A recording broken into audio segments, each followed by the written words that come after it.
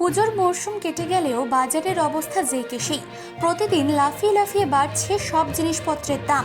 পেঁয়াজের দাম আকাশ ছোঁয়া, নাগালের বাইরে শীতের সবজিও। খুচরো ব্যবসায়ীরা সুযোগ বুঝে ফায়দা তুলতেই ব্যস্ত।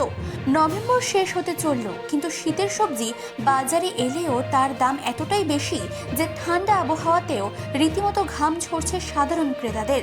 প্রত্যেক বছরই উৎসবের মরশুম শেষ হতেই সাধারণ মানুষদের সাধ্যের মধ্যে চলে আসে শাকসবজি সহ বিভিন্ন রকম জিনিসপত্রের দাম।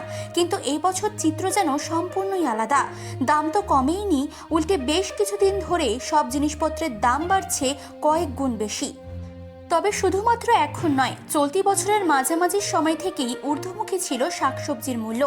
এমনকি দরদাম নিয়ন্ত্রণে আনতে নির্দেশ দিয়েছিলেন স্বয়ং মুখ্যমন্ত্রী মমতা বন্দ্যোপাধ্যায়। কিন্তু কে শোনে কার কথা?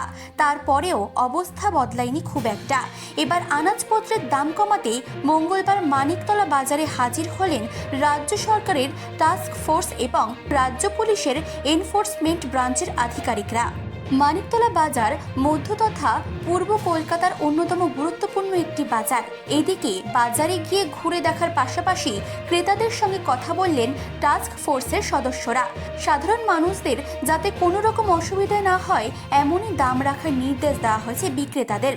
উল্লেখ্য, বর্তমানে বাজারে রসুনের মূল্য ছাড়িয়েছে প্রায় 450 টাকা, পেঁয়াজের দাম প্রতি কেজি 80 টাকা, জ্যোতি আলু বিগোচ্ছে 30 থেকে 35 টাকায়, চন্দ্রমুখী আলু 1 কেজির দাম 40 টাকা ছুঁয়েছে, কাঁচা লঙ্কা 100 টাকা, গাজর 100 টাকা, আদা রসুনের দামও রীতিমতো আকাশ ছোঁয়া।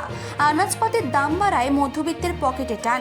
আগামী দিনে এইভাবেই চলতে থাকলে বাজার খরচ সামলাবেন কি করে, সেই সব ভেবেই কুল কিনারা পাচ্ছেন না আম বাঙালিরা। মানসী বসুর রিপোর্ট, চেতনা বার্তা। জেগে থাকে, জাগিয়ে রাখে।